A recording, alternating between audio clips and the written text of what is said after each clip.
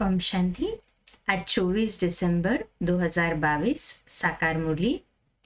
मीठे मीठे बाबा हम बच्चों से कहते हैं, मीठे बच्चे सदा ये स्मृति में रहे कि हमारा ये अंतिम 84वां जन्म है। अब वापस घर जाना है, फिर अपने राज्य में आना है। आज का प्रश्न है, बाप पक्का सौदागर है, कैसे? बाबा उत्तर देते, जो अभी साहूकार है, जिन्हें पैसे का नशा है, बाबा कहते हैं तुम यहाँ की अपनी राजाई संभालो। उनका बाप स्वीकार नहीं करता है। गरीबों को ही बाबा ऊंच से ऊंच बनाते हैं। गरीबों की पाई पाई सफल कर उन्हें साहूकार बना देते, इसलिए बाप को पक्का सौदागर कहा जाता है। दूसरा प्रश्न है, बच्चों में कौन सी सुस्ती बिल्कुल नहीं होनी चाहिए? बाबा उत्तर देते, कई बच्चे मुरली सुनने व पढ़ने में सुस्ती करते हैं, मुरली मिस कर देते हैं। बाबा कहते हैं, बच्चे इसमें सुस्त मत बनो, तुम्हें एक भी मुरली मिस नहीं करनी है। डबल अंडरलाइन है ना, सभी की ये धारणा पक्की? कहे हाँ जी बाबा। ओम शांति। बच्चों से बेहद का बाप पूछते हैं, और जो भी गुरु गोसाई आदि है, वह अपने फॉलोअर्स को बच्चे नहीं कहेंगे। आजकल तो अच्छे अच्छे जवान विद्वान भी भाषण करते हैं, व बुजुर्ग माताएं अथवा पुरुष है, उनमें हिम्मत ही नहीं आएगी जो कहे कि हे बच्चों। ये अक्षर वह कह सकते हैं जो गृहस्थ व्यवहार में हो। बच्चा अक्षर फैमिली का है, बाप कह सकते हैं। वह सन्यासी आदि तो फैमिली के नहीं है, वह है निवृत्ति मार्ग वाले। तो गृहस्थ व्यवहार के ख्यालात बुद्धि में नहीं आते। यह तो माता पिता है, तो जरूर बच्चे बच्चे कहेंगे। तुम भी समझते हो, बेहद का बाप हम बच्चों को बैठ समझाते हैं। पूछते हैं, बच्चों तुम्हारा घर कौन सा है? तो कहो परम धाम। परम धाम से कोई समझेंगे नहीं। हाँ, उनको क्या समझेगा परम धाम? कहना चाहिए शांति धाम। जहाँ शांति शांति या वाणी नहीं है तो उसे कहते निर्वाण धाम। तुमको याद करना है अपने घर को। जानते हो, बाबा आया हुआ है, हमको श्रृंगार कर घर ले जाएंगे, फिर हम सुखधाम में आएंगे। अभी तो ये है दुख धाम, इनका तुमको संन्यास करना है। ये बेहद का संन्यास सिवाय परमपिता परमात्मा के और कोई सिखला न सके। वह तो हद का अर्थात घर बार का संन्यास करते हैं। ये तो माता पिता है ना, माता पिता घर बार कैसे छुड़ाएंगे? उनका तो धर्म ही है निवृत्ति मार्ग का। जैसे और धर्म है, आर्य समाजी, राधा स्वामी। अभी राधा का स्वामी कौन है, ये कोई भी नहीं जानते। वास्तव में राधे कृष्ण तो प्रिंस प्रिंसेस है, आपस में दोनों सखा सखी ठहरे। उनको राधा का स्वामी नहीं कहेंगे। जब राधा का स्वामी बनता है, फिर नाम बदलकर लक्ष्मी नारायण पड़ेगा। श्री नारायण स्वामी है। हाँ, जब तक शादी नहीं की है तब तक स्वामी नहीं कहेंगे। ये समझने की बातें है। बाप ने बच्चों से पूछा, अपना शांति धाम सुखधाम याद है या रावणपुरी दुखधाम है? ये दुनिया तो अभी रावणपुरी है, दुखधाम है। पूरी रहने की होती है, बस अभी पूरी होने को ही आई है। रावणपुरी में राम सीता है नहीं। पूरी अर्थात जहाँ पे रहा जाता है। तो बाबा कहते इस रावणपुरी में अभी राम भी नहीं, सीता भी नहीं। यूं तो तुम सब सीताएं हो। वैसे देखा जाए तो शिव बाबा हमारे बेहद के राम है और हम सब सीताएं हैं। तो बाप कहते हैं, मैं हूं राम, मुझे तुम सीताओं को रावण की जेल से छुड़ाना है। जो सारी दुनिया समुद्र के बीच में है, उन पर रावण का राज्य है। राम राज्य तो सतयुग में था, जिसमें लक्ष्मी नारायण का राज्य, हाँ, जिसमें लक्ष्मी नारायण राज्य करते थे। था भारत पर राज्य। परंतु उस समय और कोई खंड न होने कारण कहा जाता है। यह भी विश्व के मालिक थे, है भारत के मालिक, और कोई खंडों का नाम निशान नहीं रहता, तो सारी दुनिया के मालिक ठहरे ना। और वहां तुम्हारा मीठे पानी पर राज्य चलता है। तो ये तुम बच्चों की बुद्धि में रहना चाहिए कि अब नाटक पूरा हुआ है, अभी वापस घर जाना है। हमने 84 का चक्र लगाया है। मनुष्य की बुद्धि में कुछ नहीं आता, ऐसे ही सुनी सुनाई बात कह देते हैं। तुम जानते हो हम 84 का चक्र लगाकर आए हैं, अभी हमको वापस जाना है ना। पूरा निश्चय कि हमने 84 का चक्र पूरा किया है, अभी रिटर्न जर्नी है, अभी कहें हाँ जी बाबा। फिर नए सिर चक्र शुरू होगा सतयुग में। पुरानी दुनिया कलयुग से नए सिर शुरू नहीं हो सकता, परंतु नया चक्र सतयुग से शुरू होगा। ये सब बातें तुम बच्चों को ही समझाई जाती है, परंतु कितनी बातें बच्चे भूल जाते हैं। धारणा न होने कारण फिर वह खुशी का पारा नहीं चढ़ सकता। हमारा ये 84वां अंतिम जन्म है, फिर हम अपने घर जाएंगे। जब तक पवित्र नहीं बने हैं तब तक कोई वापस जा नहीं सकते। जन्म लेना ही है। जो तुम पहले पहले थे अब पिछाड़ी में हो। सब धर्म वाले अभी अंत में भिन्न नाम रूप देश काल में हैं। गुरु नानक जिसने सिख धर्म स्थापन किया, उसकी आत्मा कहाँ है? यहाँ ही भिन्न भिन्न नाम रूप में है। सबको पूरा पार्ट बजाना ही है। अभी तुम पुरुषार्थ कर रहे हो नई दुनिया में जाने के लिए। पिछाड़ी में सबको हिसाब किताब चुकतू कर फिर जाना है। गुरु नानक की आत्मा फिर अपने समय पर आएगी। सतयुग त्रेता द्वापर में वह आ ना सके, वह आती ही है कलयुग में।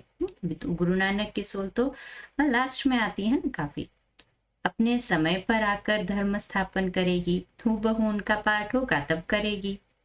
नंबरवार अवतार आते हैं जो आकर अपना धर्म स्थापन करते हैं। पहला नंबर अवतार है भगवान का। हाँ, शिव बाबा ही आते हैं ना जो नई दुनिया की स्थापना करते हैं। अब निराकार कैसे अवतार ले बताते हैं। मैंने इस शोले का आधार लिया, ब्रह्मा के रथ का आधार लिया। ये अपने जन्मों को नहीं जानते। शरीर तो इनका है ना, काया भी जाता है, आए देश पर आए, और सब अपने देश अपने शरीर में आते हैं। हाँ, धर्म स्थापक दूसरे के शरीर में आ सकते हैं, फिर उनका नाम होता है। पवित्र आत्मा आकर प्रवेश करेगी। जो पहली आत्मा है वह धर्म स्थापन नहीं करेगी।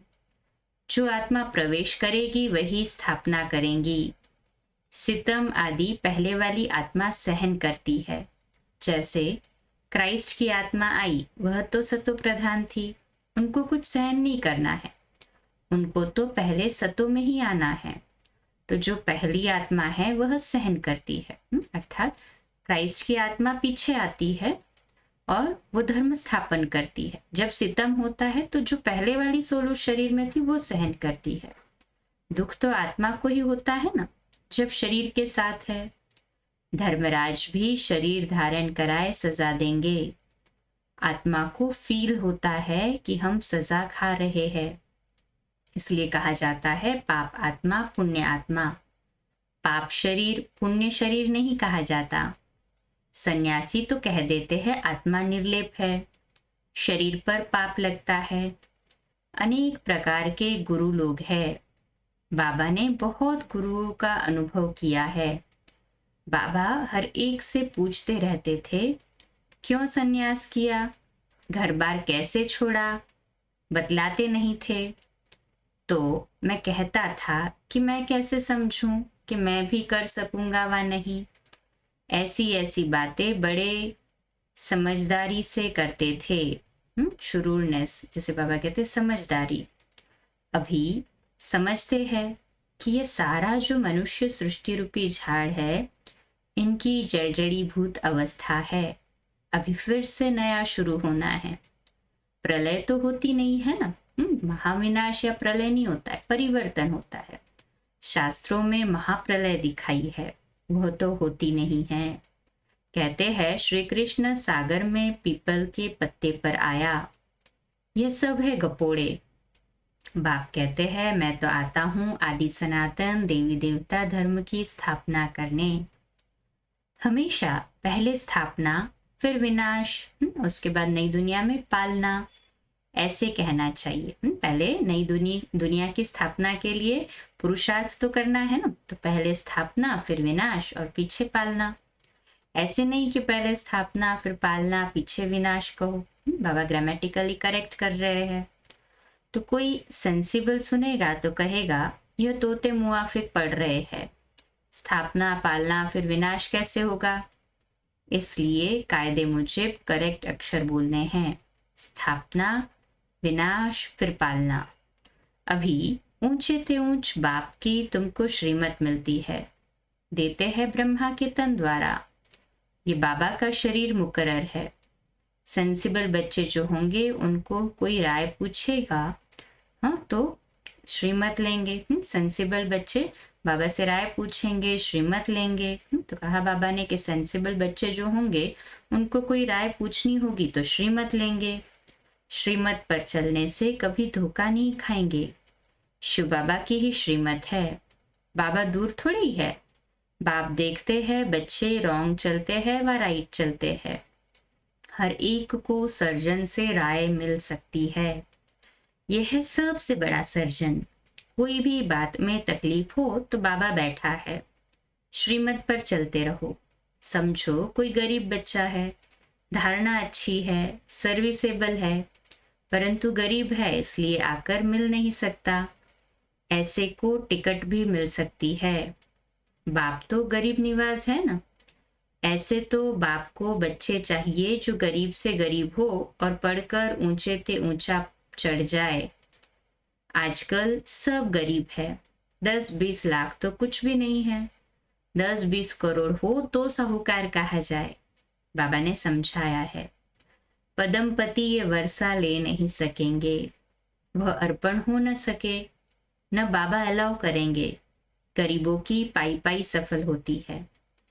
ऐसी क्या पड़ी है, ये भी पक्का सौदागर है, इसलिए सौदागर आते ही नहीं। हाँ, बाबा कहते हैं शिव बाबा पक्का सौदागर है, गरीबों की पाई पाई सफल करके उनको करोड़पति बनाते हैं, उनको सतयुग में महल देते हैं। बाकी बाबा कहते ये भी पक्का सौदागर है, इसलिए साहूकार आते ही नहीं है।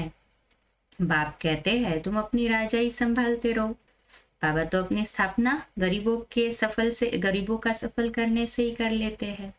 नई दुनिया की स्थापना के लिए तैयारी तो यहाँ पे तो उसको करना पड़ेगा ना सफल, तब नई दुनिया में बाबा उसका रिटर्न देगा। अब तुम बच्चे जानते हो, बाबा आकर सब वेदों शास्त्रों का सार समझाते हैं। ये भी बाबा ने समझाया है। विष्णु को ब्रह्मा बनने में 5000 वर्ष लगते हैं और ब्रह्मा से विष्णु को निकलने में 1 सेकंड। और कोई यह बातें समझ न सके। बाबा कितना अच्छा हिसाब समझाते हैं। विष्णु की नाभि कमल से 84 जन्मों बाद अभी ब्रह्मा निकला है। अभी ब्रह्मा सरस्वती सो फिर लक्ष्मी नारायण बन जाते हैं। सूर्यवंशी बनेंगे फिर चंद्रवंशी बनेंगे।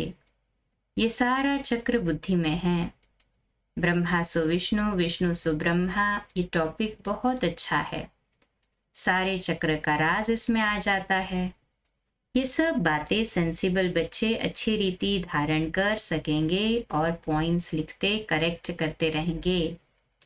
भाषण जब करते हैं, कोई को याद नहीं रहता तो कागज सामने रखते हैं। तुम बच्चों को ओरली समझाना है, कागज सामने रखने की जरूरत नहीं है। बैरिस्टर लोग बहुत अभ्यास करते हैं, फिर दूसरा वकील आर्ग्यू करेंगे तो किताब खोल कर देखेंगे, फिर बोलेंगे जज साहब देखो फलानी लॉ बुक में ये है, वह फिर कहेंगे फलानी लॉ बुक में ये है। उन्होंने पास बहुत पॉइंट्स रहती है। इंजीनियर की भी बुद्धि चलती रहती है। तो हमको ऐसे ऐसे प्लान्स बनाने हैं। तुमको भी विचार चलाना है, टॉपिक की लिस्ट बनानी है। इस पर ये पॉइंट्स समझाएंगे, फिर सारी नॉलेज बुद्धि में आ जाएगी। फिर एक्यूरेट भाषण करेंगे, अचानक भाषण करेंगे तो गड़बड़ होगी। ये भी नंबरवार प्रैक्टिस है। तब तो जो तीखे हैं उनको बुलाते हैं कि आकर भाषण करो। समझते हैं ये बड़ी बहन है। भाइयों में जगदीश होशियार है तो कहेंगे ये बड़ा भाई है, तो फिर रिगार्ड पूरा रखना चाहिए। फिर बड़े का काम है छोटों को सिखाना। स्कूल में मैनर्स भी सिखलाते हैं ना, इसमें भी मैनर्स अच्छे चाहिए। दैवी गुण धारण करने हैं, मूडी नहीं बनना है। कभी मीठा कभी कैसा, वो फिर सर्विस नहीं कर सकते। आज अच्छा मूड है तो सेवा की, आज मूड नहीं है तो नहीं की। तो पापा कहते ऐसे तो सेवा नहीं कर सकते ना अगर मूडी होंगे तो। बहुत मीठा बनना चाहिए, बहुत प्यार से किसको समझाना है, तब अच्छा पद मिल सकता है। Double underline. सभी को राजी करना है, यह तो जानते हो। बाबा आकर सभी मनुष्य मात्र को खुश करते हैं। सर्व के सद्गति दाता, सर्व को सुख शांति देने वाला है। प्रेम का सागर सुख का सागर है। तुम्हारा बाप है तो बाप जैसा मीठा बनना पड़े ना, बाप जैसा मीठा। कहे हाँ जी बाबा। तुम कल्प कल्प बाप का शो निकालते हो। शिव शक्ति पांडव सेना, तुम स्वर्ग की स्थापना करते हो। टाइम लगता है ना, जब तक आसुरी गुण बदल दैवी गुण बन जाए। आत्मा पर जो जंक चढ़ी हुई है वह कैसे निकलेगी? योग बल से। जितना बाबा की याद में रहेंगे उतना कट उतरेंगी। बच्चों को मुरली एक भी मिस नहीं करनी चाहिए। Double underline. बहुत बच्चे सुस्त है जो कभी मुरली भी नहीं पढ़ते हैं। मुरली में बहुत अच्छी अच्छी पॉइंट्स निकलती है, तो कभी भी मुरली मिस नहीं होनी चाहिए। परंतु बाबा जानते हैं अच्छे अच्छे बीके भी मुरली की परवाह नहीं करते, समझते हैं हम होशियार है। अच्छा, मीठे मीठे सिकिलदे बच्चों प्रति माता पिता बाप दादा का याद प्यार और गुड मॉर्निंग। रूहानी बाप की रूहानी बच्चों को नमस्ते। सभी मिलकर कहे, हम रूहानी बच्चों की रूहानी माता पिता बाप दादा को याद प्यार गुड मॉर्निंग और नमस्ते। वाह बाबा वाह, शुक्रिया बाबा शुक्रिया। धारणा के लिए मुख्य सार। पहली पॉइंट, सभी को राजी करना है, मूडी दिमाग वाला नहीं बनना है। बहुत बहुत मीठा बनना है, अच्छे मैनर्स सीखने और सिखलाने हैं। दूसरी पॉइंट, हर कदम पर सुप्रीम सर्जन से राय लेनी है, श्रीमत पर चलते रहना है। सेंसिबल बन हर पॉइंट स्वयं में धारण करनी है। आज का मीठा वरदान है, त्रिकालदर्शी स्थिति में रहे ड्रामा के हर समय के पार्ट को देखने वाले मास्टर नॉलेजफुल भव। तो आज का हमारा स्वमान लिखने और अभ्यास करने के लिए, मैं मास्टर नॉलेजफुल आत्मा हूँ। मैं मास्टर नॉलेजफुल आत्मा हूँ। इसका विश्लेषण है, त्रिकालदर्शी स्थिति में स्थित रहकर देखो कि हम क्या थे, क्या है और क्या होंगे। इस ड्रामा में हमारा विशेष पार्ट नोंधा हुआ है। इतना स्पष्ट अनुभव हो कि कल हम देवता थे और फिर कल बनने वाले हैं। हमें तीनों कालों की नॉलेज मिल गई। जैसे कोई भी देश में जब टॉप पॉइंट पर खड़े होकर सारे शहर को देखते हैं तो मजा आता है, ऐसे संगम युग टॉप पॉइंट है। इस पर खड़े होकर नॉलेजफुल बन हर पार्ट को देखो तो बहुत मजा आएगा। वंडरफुल पॉइंट है, बहुत अच्छा है ये संगम युग टॉप पॉइंट है। इस पर खड़े रहो और ड्रामा के हर एक सीन को, हर एक के सीन को साक्षी होकर देखो, बड़ा मजा आएगा। अच्छा, आज का स्लोगन है, जो सदा योग युक्त है उन्हें सर्व का सहयोग स्वतः प्राप्त होता है। जो सदा योग युक्त है उन्हें सर्व का सहयोग स्वतः प्राप्त होता है। अच्छा, कम बोलो, धीरे बोलो, मीठा बोलो, सत्य बोलो, सोच समझ कर बोलो, निमित्त भाव, निर्माण भाव, निर्मल वाणी। आज का अव्यक्त इशारा बाप दादा की ओर से हम बच्चों के लिए। बाप की हर बच्चे प्रति शुभ आशाएं, शुभ उम्मीदें है कि आप मेरे बच्चे ही कल्प कल्प के विजयी हो। तो निश्चय बुद्धि बन दृढ़ संकल्प करो कि विजय मेरे गले का हार है। सच्चे दिल पर साहिब मददगार है ही है। सिर्फ निमित्त भाव को धारण कर हद के मैं और मेरे को त्याग हर कदम में जमा का खाता बढ़ाते चलो तो सब बातों में विन कर नंबर 1 बन जाएंगे। तो सभी नंबर 1 बनने वाले हैं ना, सब बातों में विन करने के लिए। इसलिए निश्चय बुद्धि और दृढ़ संकल्पधारी और सदा ये नशा कि मैं विजयी हूं। अच्छा, 2 मिनट के लिए शक्तिशाली योग के प्रकंपन फैलाते हैं साइलेंस में बाबा के घर के लिए।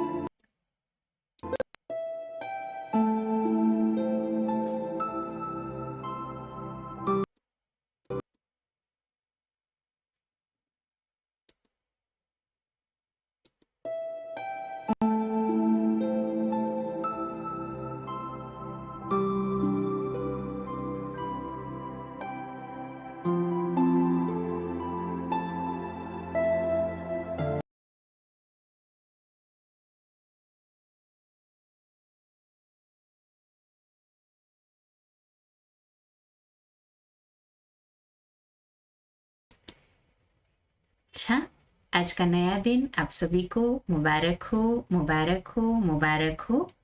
आज रात्रि क्लास 8:45 बजे और कल सुबह रोज की तरह अमृत वेला मेडिटेशन 4 से 4:30 एक लिंक में, और सेकेंड लिंक 4:45 से 5:15 प्यारे मीठे बाबा की मधुर मुरली। शुभ दिवस। ओम शांति।